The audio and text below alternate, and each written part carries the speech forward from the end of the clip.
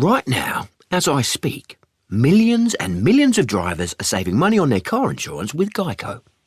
If you're one of those drivers, well done. If you're not, it's easy to join them. Visit geico.com today. Joining us on the line now is a person, an individual that you just heard in that segment who played a key role in that. And we have Mark Alderson joining us. Mark, welcome to the show. Oh, thanks for having me. Mr. Alderson, Bruce Binkowski here. So let's go back. We just heard the taped version of a brief outline of what happened back in 2010. It was one of the strangest moments in our history. And when you look back now, did you ever have any doubt? Remember, we had 1.4 million gallons of water on the field. Did you ever have any doubt that the field could not be cleared? And if there was doubt, what would have caused the field not to drain?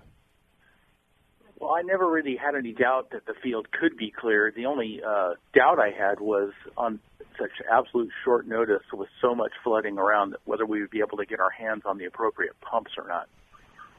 Now, had the river, San Diego River, I think our listeners probably don't know this, but there is a river that runs right across, right next to Qualcomm Stadium. It never flows unless it rains.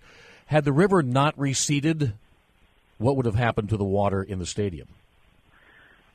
Well, the water in the stadium is supposed to drain out through an automatic system.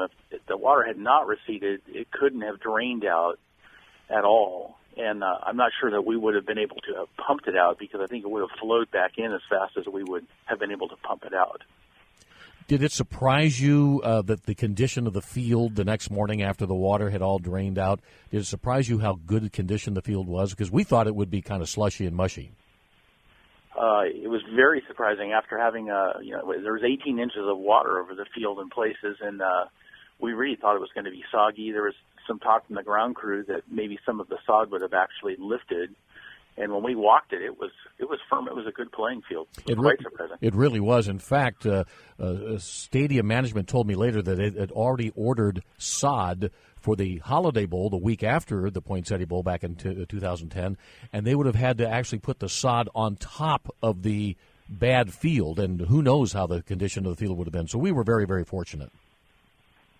And the teams, they even remarked after the game that the playing surface was fine. In fact, the Aztecs played in a game, I believe it was against Utah a few weeks earlier, maybe a month earlier, and it was raining.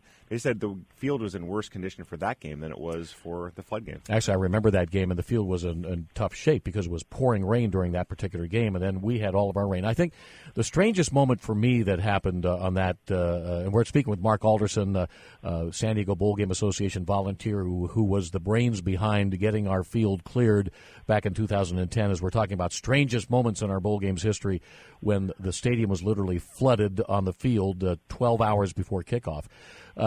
To me, the strangest moment was when the day before, when the water was starting to kind of gather around the corner of the stadium, and but we thought the field would be okay. I remember the day before we went to a luncheon, I ran into Mayor Jerry Sanders, and he said, "Bruce, how's the condition of the field?" I said, "Mr. Mayor, maybe a little slushy, but the field's going to be in great shape."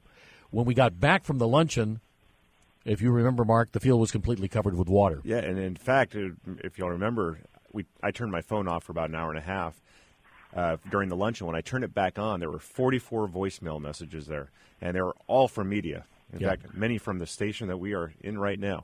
And it was because there was a station up in Los Angeles, a television station, that announced that the game had been canceled. Yeah. And, man, that was crazy. Now, Mark Alderson, when we got a hold of the pump, let's give a shout-out to the company who provided the pump, because that was an amazing. Could you describe what kind of pump they brought down for us? Well, the company was Godwin Pumps. And, we reached them on their representative's cell phone, and he moved a pump from a construction site down here, which was a trailer-mounted diesel engine-powered pump. It was actually a 2,500-gallon-a-minute pump.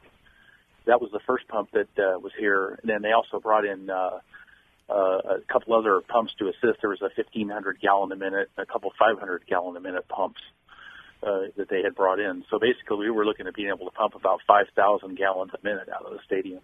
And I got to tell you, everybody who's listening right now, Mark Alderson, you're hearing him and his expertise with this. He is an invaluable volunteer of ours who helps us. He is a volunteer. probably should be on the payroll, but he is a volunteer, and we're very grateful to you, Mark, especially back in 2010, but even today and yesterday, and hopefully for years to come. You're a great volunteer. Well, thank you very much. I mean, what were the chances that the problem that I would be asked to help solve would be pumping water? Yes, right. And as a retired firefighter, you know about pumps and you know about water. So I did my degree in pumping water, and yeah, that was the right event to have me asked to help with. Timing is everything. Mark Alderson, he does our special projects for the both bowl games, for the Poinsettia Bowl and the Holiday Bowl. Mark, thanks for joining us today. Thank you so much for having me.